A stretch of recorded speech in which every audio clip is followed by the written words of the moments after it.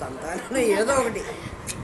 నీ జ్ఞానం ఉంది, ఆకాశానికి జ్ఞానం లేదు కాబట్టి నువ్వు గొప్పవాడివి. అయితే నీవేమైనావంటే విశేషాన్ని నువ్వు నేననుకొని నువ్వు చెడిపోతున్నావు.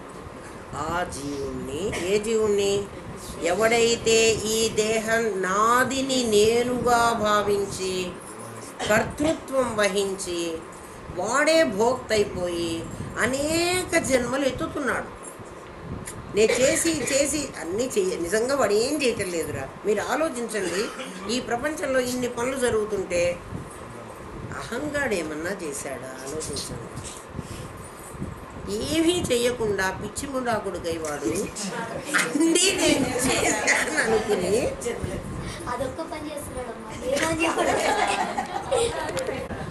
కాదు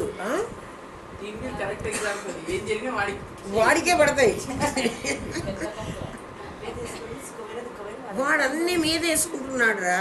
మీదేసుకుని ఎప్పుడైతే కర్తని అన్నాడో వాడే భోక్త కావాల్సి వస్తుంది. మేము కర్మలో అకర్మం చూసేది చెప్తున్నా. ఇప్పుడు మీ కర్మబంధంలో తగులుకోకుండా ఉండే మార్గం చెప్తున్నా. సాంఖ్యయోగం నేను చెప్పడం లేదు. కృష్ణ పరమాత్మ చెబుతున్నాడు, ఒరే నాయన పడకుండా హాయిగా బయటపడండి రా అని. ఇది నీకు అర్థమైతే మిగిలిన 16 అధ్యాయాలు అసలు అక్కర్లేదు పొమ్మన్నాడు. ఇక్కడే చెప్పేశాడు. స్థితప్రజ్ఞస్య కా భాష అని అర్జునుడు అడిగాడు కదా, వాడి దానికి సమాధానం చెప్పాలి కదా. వీడు స్థితప్రజ్ఞుడు. అందరూ మాకేమీ తెలియకుండానే మాకంతా తెలిసిపోయింది, మేము చాలా జ్ఞానులము. మరి ఇంక ఏం చెప్పాలి చెప్పు. అట్లాంటి వాళ్ళు చాలామంది ఉన్నారు. వాడు మోసం చేసుకుని 10 మందిని మోసం చేస్తాడు. అదే అంటే అహము బాగా విడదీసుకోండి. ఇప్పుడు అహం అనేటువంటి వాడు నామరూప క్రియలని అవి నావి అయితే అవి నేనుగా భావించి నాదిని నేననుకుని కర్తృత్వం వహించి తద్వారా భోక్త అయ్యి వాడు భోక్త కూడా అయినాడు. ఎప్పుడైతే భోక్త అయినాడో సంచితం పెరిగిపోయింది వాడికి, కర్మఫలాలు పెంచుకుంటున్నాడు. తిరిగి జన్మలకి రావాల్సి వస్తుంది. అదంతా ఖర్చు అయ్యేదాకా వాడు మళ్ళీ జన్మకు పంపిస్తాడు. వాడి జ్ఞానం కలగనియ్యడు. జ్ఞానం కలిగే అవకాశం లేదు. ఎందుకంటే మరి వాడి కర్మంతా అనుభవించాలి కదా. అదంతా ఎవడు అనుభవిస్తాడు? వాడు ఎన్ని జన్మల నుంచి పెట్టుకున్నాడు. బహూనాం జన్మనాం అంతే జ్ఞానవాన్ మాం ప్రపద్యతే అన్నాడు. బహూనాం జన్మనాం అంతే, చాలా జన్మలెత్తి ఎత్తి వాడికే చివరికి విసుగు పుట్టి ఏమిట్రా నా కర్మ, ఇది భగవంతుడు ఎందుకు నన్ను ఇట్టా సృష్టించాడు? భగవంతుడు సృష్టించాడు. వీడి అజ్ఞానం వల్ల దేవుడు సృష్టించలే. ఫస్ట్ క్వశ్చన్ మీకు అదే చెప్పాను. నీకై నువ్వు ఇందులోకి వచ్చావు, నీకై నువ్వే ఇందులోకి వచ్చావు. నేనే దేవుడు ఏం లేదు. నీకో సంకల్పమే నువ్వు సృష్టించుకున్నావు, నువ్వు ఇందులోకి వచ్చావు. వాడు సృష్టించాలని వాడి మీద వేస్తున్నాడు. పిల్లవాడు అది ఆ వేయటం నీకు ముందు నుంచి అలవాటే లేదు. పిల్లవాడు కింద పడ్డాడనుకో, ఎవడరా ఎందుకు పడ్డావురా అని అడిగితే వాడు దోశాడంట. గడపడ్డం వచ్చిందంట. ఏదో ఒకటి నీళ్ళు ఎవరు పోసాడరా అంటే నేను పోయలేదు. ఎందుకంటే నువ్వు చేసుకున్న పనిని నీ మీద వేసుకుంటే నువ్వు దాన్ని రెక్టిఫై చేసుకోవడానికన్నా అవకాశం ఉంది. వాడిని ఎత్తిన వారేస్తే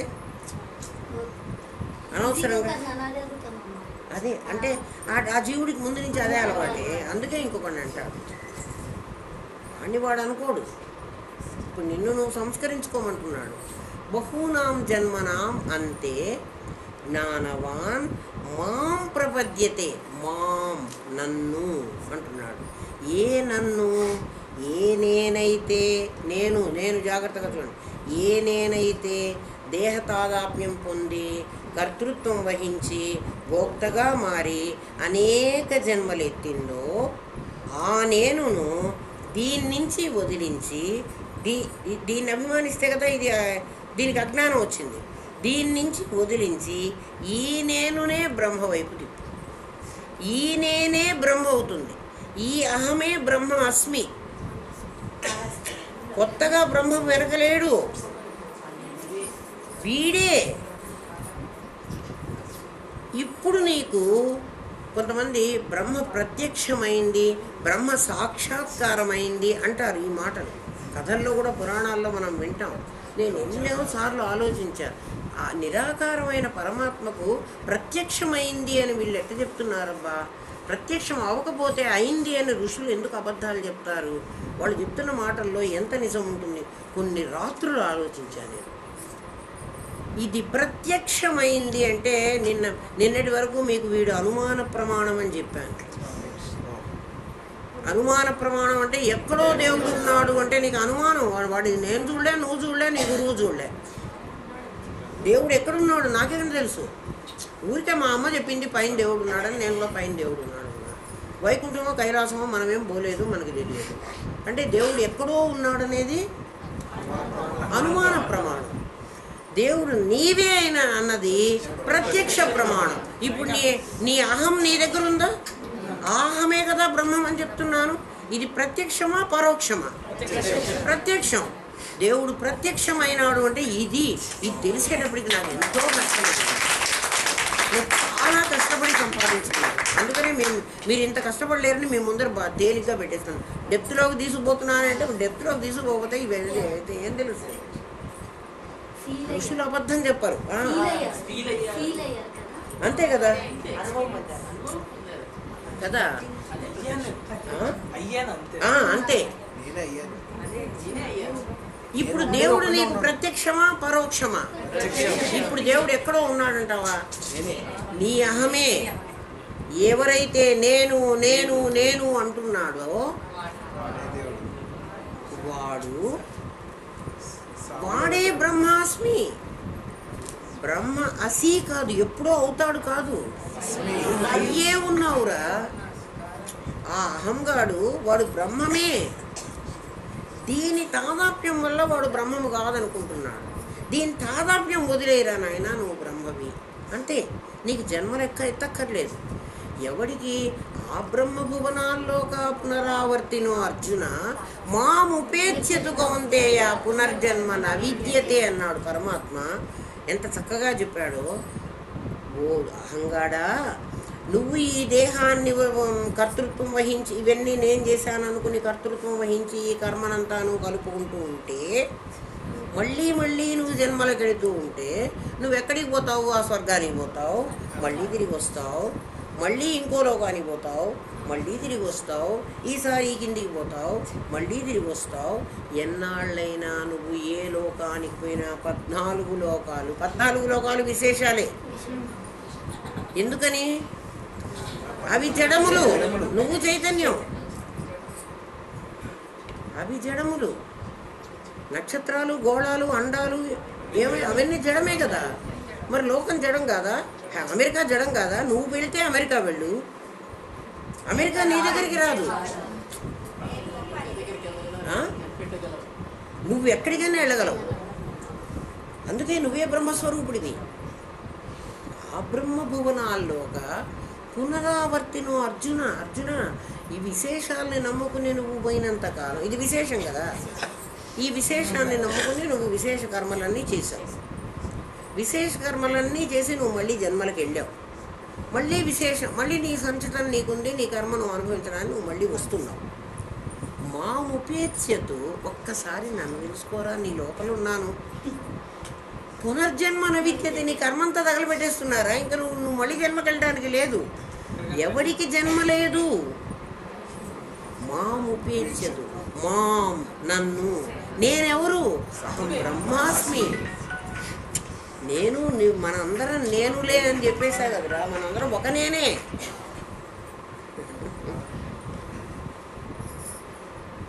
ఇద్దరు నేళ్ళు 3 నేళ్ళు లేరు కదా. నేను మొన్ననే తేల్చేస్తావు కదా మనందరం ఒక నేనే అని. ఒక నేను కాకపోతే నీ పేరు ఏమిట్రా అంటే నువ్వు నా పేరని ఎందుకు చెప్పావు? నేను అడిగింది నీ పేరే చెప్పు. నువ్వు నా పేరు అంటావు అంటే నేనే, నువ్వు కూడా నేనే. ఎవడికి వాడు నేనే. ఒక్క నేనే ఉంటాడే, మిగిలినవన్నీ నాదులే ఉంటాయి. నాదిని నువ్వు అభిమాని. ఎంత ఈజీ చూడండి. అందుకే సుసుఖం కర్తుం అవ్యయం అన్నాడు. అర్జున, ఇది చాలా తేలిక, నువ్వు ఇంకా వేరే చేయాలంటే నీకు చాలా కష్టం. ఎంత తేలిక అంటే, చెలువుగా పువ్వులు చీరుట కంటే, పూలు కొయ్యడం అన్నా చెట్టు దగ్గరికి వెళ్ళాలి, కొమ్మ వంచాలి, గోరు పెట్టాలి, గట్టిగా గిల్లాలి. చెరువుగా పువ్వులు చీరుట కంటే, కనుగవ మూయుట కంటే ఈ యమనస్కమే సుఖము. ఇది చాలా తేలిక అర్జున. నా ఆంజనేయుడికి చెప్తాడు, సీత చెప్తాడు సీతారామాంజనేయంలో, ఇది చాలా తేలిక, ఇది కష్టం లేదు, నువ్వు ఎక్కడికి వెళ్ళక్కర్లేదు, టెంకాయ కొట్టక్కర్లేదు, పువ్వులు కోసుకోక్కర్లేదు, గంటలు గంటలు కూర్చొని ధ్యానం చేయక్కర్లేదు. నీకు సరిగ్గా చెప్పే గురువు ఉంటే, ఎందుకంటే వాడికి ముందు తెలిసి ఉండాలి. వాడికి తెలియకపోతే నిన్ను గుంతలో పారేస్తాను, ఇంకా అస్సలు లాభం. పైగా వాడు చెప్తున్న విషయం నిజమని నీ అహం ఒప్పుకోవాలి. ఎందుకంటే వాడి కథ కదా ఇది. వాడిది కాకపోతే వాడు ఒప్పుకోడు, వేసుకోవాలి. వాడు ఏది కాదన్నా ఇది నీలోకి అందదు. అందుకని ఆ బ్రహ్మభువనాల్లోగా పునరావర్తినో అర్జున మాముపేత్యతు కౌంతేయ పునర్జన్మన విద్యతే. మాముపేత్యతు, నేను ఎవరో నీకు తెలిస్తే. బాగా ఇక్కడ గమనించండి, ఇది నేను చాలా కష్టపడి తెలుసుకున్న విషయం, అందుకని మీకు ఇంత కష్టంగా చెప్తున్నాను.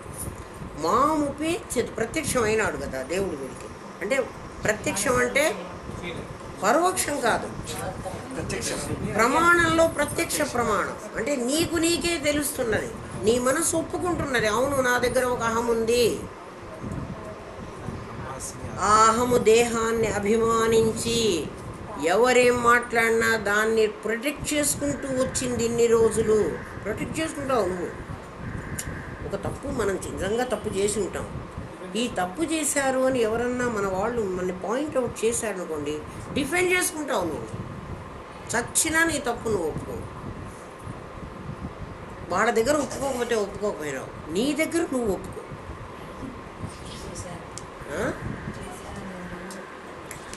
అప్పుడు నువ్వు తరిస్తావు, సంస్కరించబడతావు. ఆ అహమే ఫస్ట్ పర్సన్ థర్డ్ పర్సన్ అవటం లేదు, థర్డ్ పర్సన్ వచ్చి ఫస్ట్ పర్సన్ని అణగదొక్కలేదు, వాడిని క్యాన్సిల్ చేసి ఎక్కడికో తరమటం లేదు. వాడక్కడే ఉన్నాడు. వాడే అంతర్ముఖమైతే, అంతర్ముఖం అన్నాడు చూడు, వీడు బహిర్ముఖమైనాడు, ఇంద్రియాలతో తాదాత్మ్యం చెందాడు. అప్పుడు వీడు జీవుడు అని అనిపించుకున్నాడు, ఇంద్రియ తాదాత్మ్యం వదిలేశాడు. అప్పుడు వాడికి కర్తృత్వం లేదు, కర్త కాదు. అప్పుడు వాడు భోక్త కూడా కాదు. ఈ అహం ఏమవుతుంది అంటే, అహం ఆల్రెడీ అప్పటికి బ్రహ్మస్వరూపంగానే ఉంది. నువ్వు ధ్యానం చేసుకుని మెడిటేషన్ అని ఏం కష్టపడి మెడిటేషన్ చేయవాకు. మంచం మీద ఊరికే పడుకో. నిద్రపోవడానికి కాస్త ముందు ఊరికే పడుకుంటావు మంచం మీద, మెల్లగా అహం దగ్గరికి వెళ్ళు. వాడిని నాది నుంచి వాడి బంధాన్ని విడిపించడం మొదలుపెట్టు. వాడెప్పుడు నేను నేను అని అంటుంటే, నాదిని నేను అంటున్నాడో అప్పుడల్లా వాడిని ఖండించడం మొదలుపెట్టు. ఇదే మెడిటేషన్, ఇంకేం మెడిటేషన్ లేదు. వాడెప్పుడు నాదిని నేనంటూ ఉంటాడు, చూస్తూ ఉండండి, చాలా బాగా గమనించండి. వాణ్ణే పట్టుకోండి. వాడికే కదా గురువు చెప్పింది అహం బ్రహ్మాస్మి అనరా. నిన్ను అనమన్నాడంటే నువ్వు అది అనుకోరా, నీ అహమనే బ్రహ్మాస్మి అనుకోరా. అప్పుడు ఏమవుతుంది, ఎక్కడో తత్తని వాడిని అక్కడ పెట్టావే థర్డ్ పర్సన్ గారుగా, వాడేమైపోతాడు అంటే త్వం అయిపోతాడు. తత్వమసి అని ఎందుకు చెప్తున్నాడు అసలు? ఆ తత్వమసి మహావాక్యం 4 అక్షరాలరా. నువ్వు దాన్ని డిరైవ్ చేసే కొద్దీ ఇంకా ఇంకా ఇంకా ఇంకా లోపలికి తీసుకోదు. చూడు, తత్ అని అక్కడ పెట్టావు కదా, దేవుడు అక్కడ ఉన్నాడని కదా. తత్ అంటే అది, వాడు థర్డ్ పర్సన్. త్వం అంటే నీవు, సెకండ్ పర్సన్. నాకు గురువు కదా చెప్తున్నాడు, గురువు కదా చెబుతున్నాడు, సెకండ్ పర్సన్. తత్తు త్వమసి, తత్ అనేటువంటి వాడు ఆ థర్డ్ పర్సన్ గాడు. త్వమసి నీవే అయ్యున్నావు, నువ్వు అయ్యున్నావు. త్వమసి నువ్వు అవుతావు కాదు, అందుకే బికమింగ్ కాదు, బాగా గుర్తుపెట్టుకోండి. బికమింగ్ కాదు, ఇది బీయింగ్. నేను ఆత్మను అవుతాను అవుతాను, నువ్వు ఆత్మ అయ్యే ఉన్నావు. నువ్వేం చేసావంటే ఎక్స్ప్లెయిన్ యువర్ సెల్ఫ్. నువ్వు వాడిని అక్కడ పెట్టావు, అందుకని వాడు తత్తయి కూర్చున్నాడు. 3 రోజుల నుంచి వస్తుంటే ఇక్కడికి రాగలిగారు, లేకపోతే డెప్త్లో దిగడానికి భయపడుతున్నారు మీరు. అమ్మో బాబోయ్ అప్పుడు దింపేస్తుంది, అసలు జైలే లేదు. హాల్లోకి మీరు వచ్చి కూర్చున్నారే, హాల్లోకి మీరు వచ్చి కూర్చున్నారు. ఇప్పుడు అక్కర్లేదు, నీ పాట నాకు నచ్చలేదు అనుకున్నారు, మీరు లేచి వెళ్ళిపోతారు అంతే. మిమ్మల్ని పట్టి కూర్చోబెట్టేవాళ్ళు ఎవ్వరు లేడు. ఇదే స్కూల్లో అనుకో, మనం ఫీజు కట్టాం, వాడు ఆ టీచర్ చెప్పే పాఠం నీకు నచ్చకపోయినా సరే నువ్వు ఇక్కడ కూర్చోవాలి, వాడు తిడతాడు. మరి వాడెవడు, ఆ కరెస్పాండెంటో ఎవడో ఉంటాడు కదా ఆ స్కూల్ వాడు, ఎందుకంటే డబ్బులు కట్టించుకున్నాడు వాడు.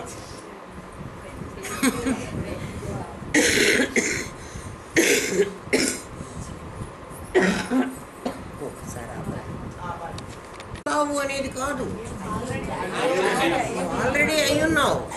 నువ్వు అయి ఉంటే నీకెందుకు తెలియలేదు? నువ్వు ఈ పని చేసుకున్నావు, నువ్వు నాదిని నేననుకుంటున్నావు, నువ్వు పెద్ద తప్పు చేస్తున్నావు. నువ్వు 2 తప్పులు చేస్తున్నావురా, 2 తప్పులు చేస్తున్నావురా. ఒకటి నాదిని నేను అనుకున్నావు, రెండో తప్పు ఇదంతా కలిసి నేనని దీన్ని నాది అంటున్నావు. నువ్వు చేస్తున్న 2 తప్పులు ఏమిటో చెప్పనా? నేను అనలైజ్ చేసి కనుక్కున్నవి ఇది. నాకు ఏ శాస్త్రంలో ఏ పుస్తకంలో దొరకలే, తర్వాత నాకు తెలిసిన తర్వాత అన్ని పుస్తకాల్లో అదే ఉంది.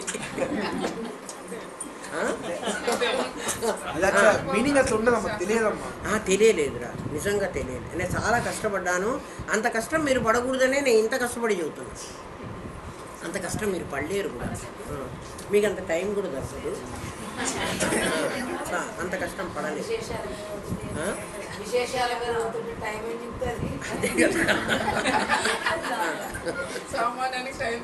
టైం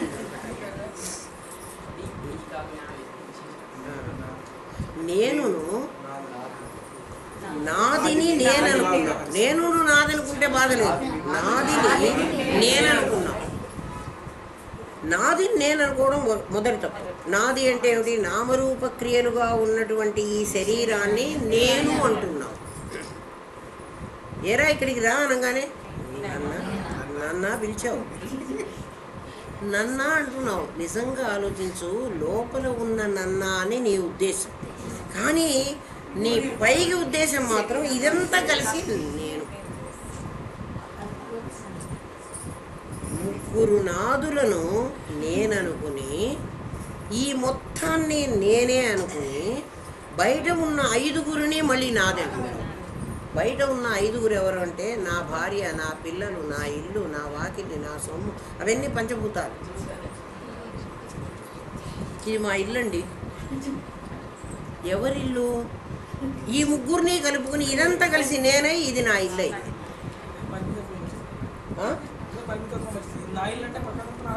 పక్క ఇల్లు నీది కాదు, నువ్వు ఇది నీవు అనుకోబట్టి ఇది నాదంటున్నావు.